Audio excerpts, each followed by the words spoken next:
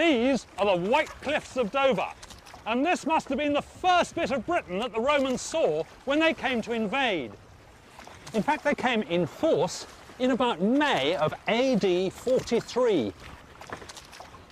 That wasn't the first time they'd visited the islands, because Julius Caesar had come over 100 years earlier, but he only stayed for a few weeks. In AD 43, the Romans meant to stay.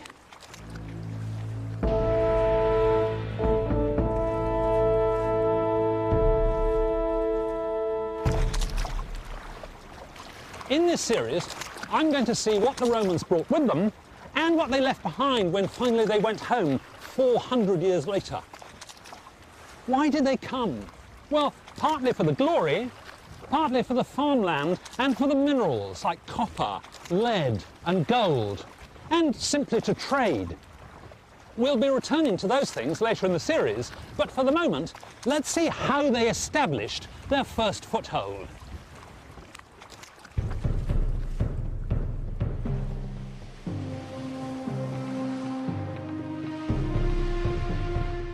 "40,000 troops rode across the Channel after some delay.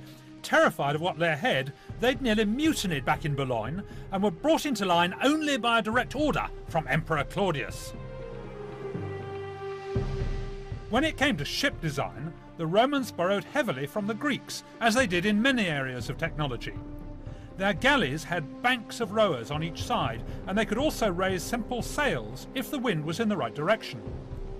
They hadn't developed the single rudder, they used 2 steering oars, an idea that went back centuries.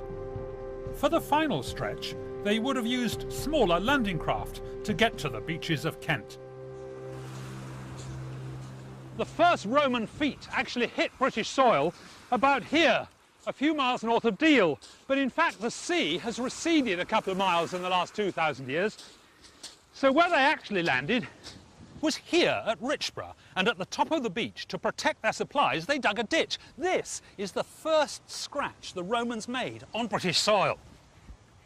They dug the ditch to keep out all those marauding tribes, but in fact they'd all gone home. There'd been such a delay with the mutiny in France that all these tribes had just got bored.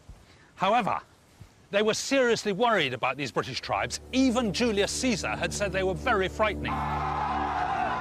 They made an awful lot of noise, and some were covered in blue woad, but they were badly equipped and poorly disciplined. The Romans, by comparison, were well drilled and well used to a life of fighting. They had, after all, conquered the whole of the Mediterranean and fought their way north right up through Gaul, what is now France. The 40,000 men that invaded Britain were made up of 5 legions, that's 20,000 regular soldiers, and the rest were mostly conscripts from other Roman colonies. And it was these soldiers who made up the cavalry, horsemen from provinces in Africa and Spain.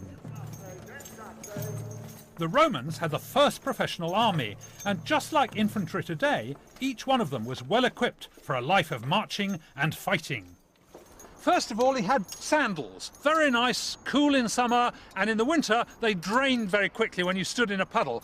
And underneath you see you've got these lovely hobnails for terrific grip. Really nice. And then moving up is the subligaria, the underwear, but I don't want to tell you too much about that. Then there's the armour, the lorica as it's called. This is what the legionaries would have worn. Quite solid, with sort of flexible bits at the shoulders to give you some movement, but it's heavy and it's quite uncomfortable around the neck. It's probable the auxiliaries wore chainmail, but nobody's really quite sure. Then you've got the helmet, the cassis, which is, this one's very tight-fitting but very comfortable.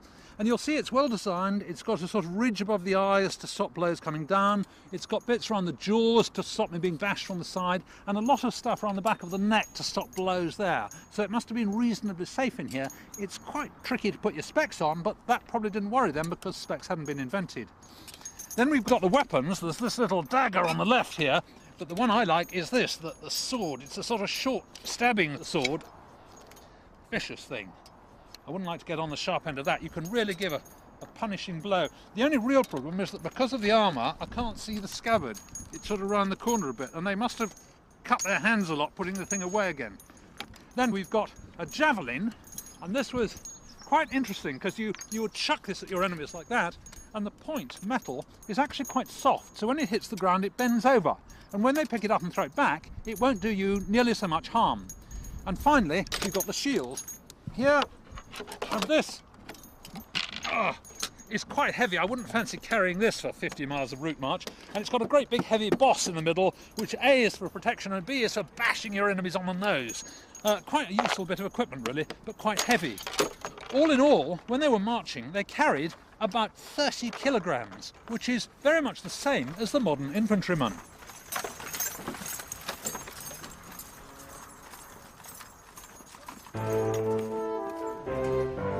If on their own they looked fearsome, then in battle formation they must have been terrifying. They would use a V attack for driving through enemy lines, and the testudo or tortoise formation when arrows were raining from above.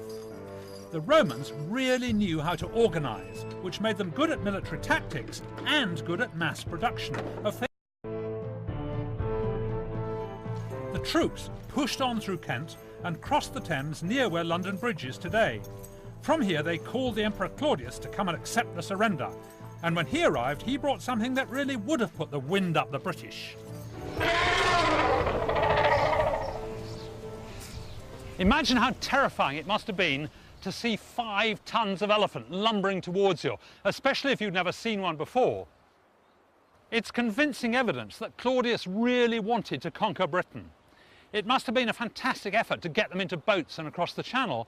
I guess he really wanted to lift himself up militarily onto a par with the mighty Julius Caesar. In fact, the Romans had been spooked by elephants themselves. The great Carthaginian general Hannibal from North Africa had marched elephants all the way up through Spain, through the south of France and over the Alps to attack the Romans on their home ground. So they knew how terrifying they were in battle.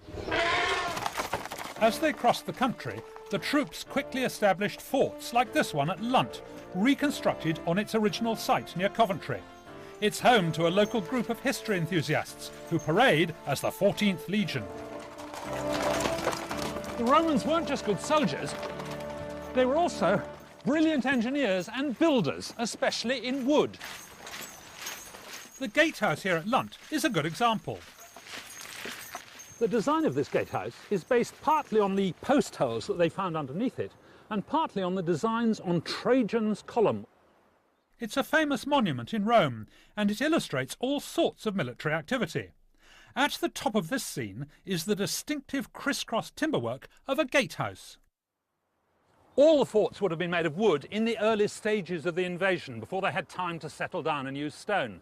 And the extraordinary thing was that all these timbers were probably prefabricated, cut somewhere else and brought here and simply fitted together. And there's lovely work. Just look at this. There's a cross-halving joint here and a dovetail here. I guess these didn't always fit terribly well because probably the chap who cut this bit was miles away from the chap who cut this bit. But nevertheless, they were all planned in advance, and there were blueprints for every type of fort. It was entirely different when they went away in the Middle Ages, because then each building was different and every beam was cut as it was fitted in, which was much slower, and of course there were no prefabricated, no plans for all the different sites of building. Now, when they wanted to join bits together, they didn't have nuts and bolts. They used enormous nails like this, and they didn't muck about. They had enormous nails. Absolutely terrific. Now, I reckon that if they hammered these straight in, they would have split the wood to pieces, so they must have drilled holes in advance. So the whole fort came as a sort of flat pack, and I bet the soldiers put them together faster than I could assemble some kitchen cupboards.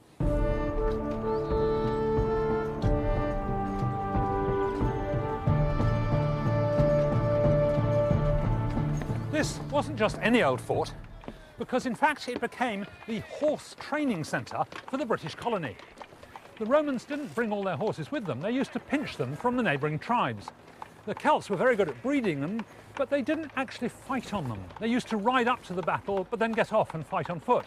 So the Romans had to train the horses for use in battle, because they actually fought on horseback. And what they did was to ride them around and make loud noises and try and frighten them and wave spears in their faces.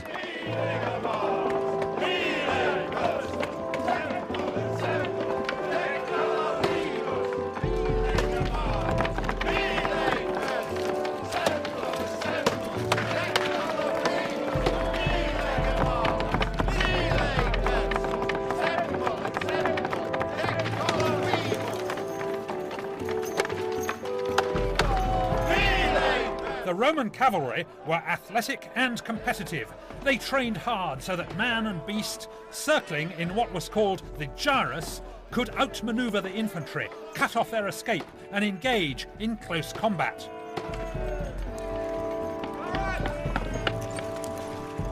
Alan Larson is a rider skilled in Roman cavalry techniques. Alan, that was fantastic. I mean, I've never seen such action. I'm very glad I wasn't one of the infantrymen down here. Forgive my mentioning, but you seem to have left your stirrups behind this morning. Adam, Roman cavalrymen did not have stirrups. Really? They hadn't been invented as yet, and it was to be some time yet before they were in use by the Roman cavalry. But frankly, the Roman cavalry don't seem to have missed them at all. Really? Because this highly developed saddle held them so firmly. Oh, you've got sort of lumps in front. Yep, the front and back arches Right. give me all the grip and hold I need to be able to carry out any manoeuvres. So you really don't fall out then? We have been known to fall off, but that's not the saddle's fault. Right. No. Well, I'm glad it's not me riding, because I'd fall off a whole lot quicker. So tell me about the rest of your gear. How about the sword, for example? Right, well, the Sparta is a longer version of the Roman stabbing sword. It's longer because I need that reach to get down to reach my targets Yes. on the ground. Okay. Yeah? Yes. And wouldn't it be easier if it was on the left?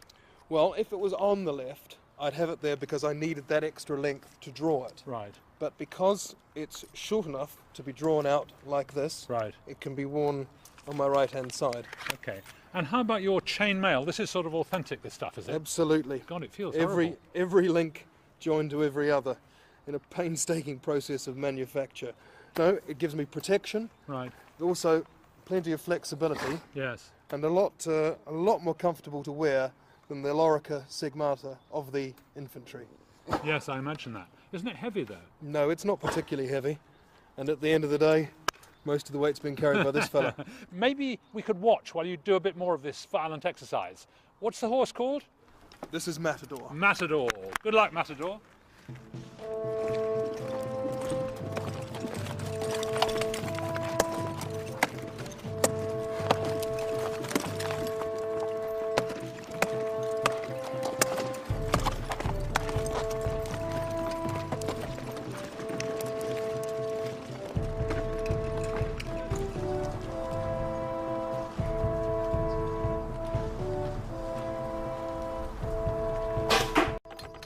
It was the artillery that ensured Roman success in many battles.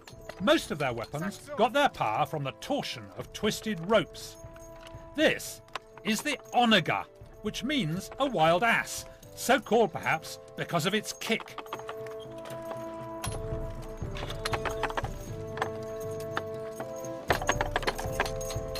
It becomes a spring-loaded arm for lobbing stones at the enemy.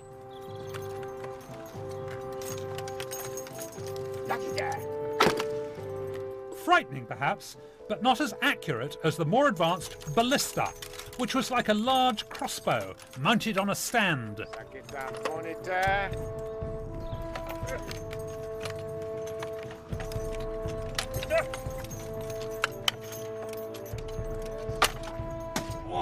It evolved into something very sophisticated. And this artillery became the deciding factor as the Roman troops continued their progress across the country.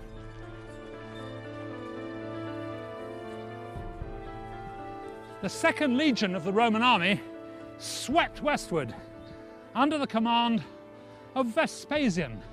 So successful a general, he eventually became emperor. He captured the Isle of Wight, and then in the area that's now become Dorset, he came across a number of tribes like the Durotriges.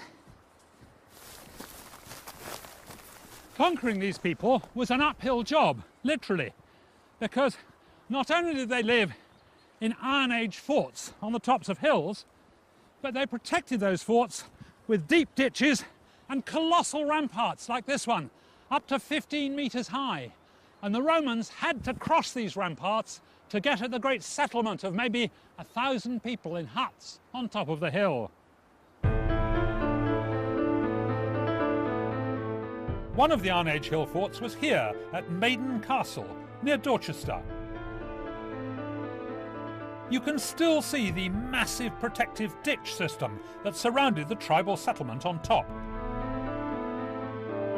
When the Romans attacked, it must have been a battle royal, because when archaeologists dug up the site some 19 centuries later, they found grisly evidence of what looked like an Iron Age war cemetery. Some of that evidence is in the Dorset County Museum. Well, I've heard about the Durotriges, I've read about them, but I'm really excited to meet two of them in person. Unfortunately, these two young men died in what appears to have been the battle for Maiden Castle. This chap, down near the bottom of his spine, roughly where his belly button would have been, he's stopped what looks like an arrow. It's come in through the front and lodged in his spine. It's the most terrible injury. It would certainly have killed him within a few minutes. And this chap, in the side of his skull, just near his left ear, is an extraordinary square hole. It looks as if it's been cut. And the great archaeologist Sir Mortimer Wheeler reckons he may have stopped a ballista bolt.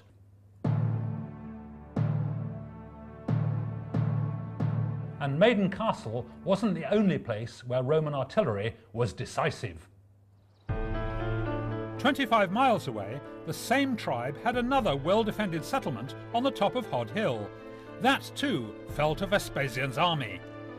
Now the Romans attacked up this, the southeast slope, and I reckon they must have built a siege tower just about where that fence is, a few yards down the hill, because they used their artillery from there to get right across these massive great ramparts, deep ditch, high walls, and attack the chieftain's hut, which was up there on the skyline, about 150 metres away. And this is the very site of the chieftain's hut. We know it because it was the biggest one in the whole camp. When archaeologists dug down here, they found a whole mass of ballista bolts, both inside the hut and in the entrance. Now, to anyone who was used to nothing more powerful than a bow and arrow, this terrifying barrage must have been absolutely mind-blowing. The theory is that the ballista won the Battle of Hod Hill, but I want to find out whether it really has the range and accuracy. We've marked out the distance between the siege tower and the chieftain's hut, and Alan Wilkins and Len Morgan have brought down a ballista from Lunt. The question is, given this terrific headwind, can you stick 3 or 4 ballista bolts in that chieftain's hut 150 metres away? We can certainly give it a try, can't we? OK, well, I'm going to stand back because I don't fancy stopping one of those things. Carry on.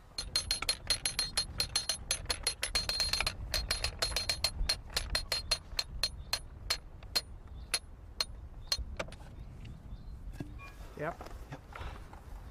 Try this for a ranging shot.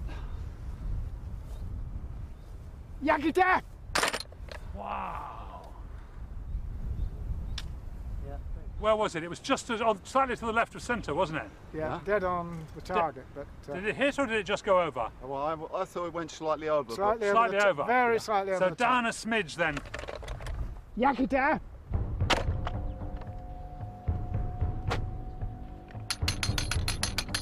Yakita!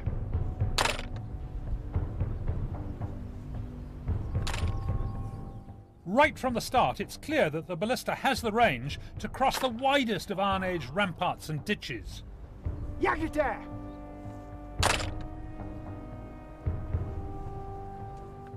And after a few ranging shots, Len's aim is getting more and more accurate. Dead on Yeah! target! Hey, terrific! Fantastic, well done. Yeah, terrific. Well, that was fantastic shooting, Len. Look, one absolutely spot in the middle there, absolutely right in the middle. And there's a hole there. I reckon there was another one very close to the centre. In fact, you can see it The bolt's right through there. And there was one that ricocheted off the top and must be just a little way behind somewhere. And then we've got 3 more, 1, 2, 3 more right here. So that if this was the door of the chieftain's hut, he'd be pretty terrified, and I would have thought he'd have surrendered the camp quite quickly, really. I wouldn't want to have these things coming crashing in. Now, there's a bit of a problem with this machine they've been using, the Scorpion. It takes about 20 seconds to reload. You can only fire about 3 bolts a minute. But amazingly, there is an account in the ancient literature of a machine that repeated, that fired like a repeating ballista. The Roman troops didn't really need the repeating ballista to conquer Britain. their standard weaponry and military tactics were enough. Within 20 years of their arrival, there seemed to be no way of stopping Britain from becoming part of the largest empire in the world. Once the Romans had established their new colony in Britain, they needed to be able to bring in more troops and supplies, and so the port of Dover became a major gateway, as it still is. By day, it was easy to find from the sea because of those huge white cliffs on both sides of the harbour, but at night it was more difficult. So in order to guide the ships in, they built two huge lighthouses, one on that headland and one here on top of the cliffs, and it's still here. This is the original Roman Pharos, now unfortunately hemmed in by these much more modern buildings. And you can see the top's fallen off and was replaced in the Middle Ages, but the bottom half is still Roman, and originally it was 25 metres high. A lookout on the top of the Pharos would have been well placed to check on the Roman fleet out there in the Channel. It must have been fantastic at night, because they lit this great wood fire on the top of the Pharos. This wonderful beacon must have been visible from France, where more Roman soldiers are waiting, trembling with fear, and perhaps it gave them the idea that Britain wasn't quite such a frightening place as they'd been led to believe.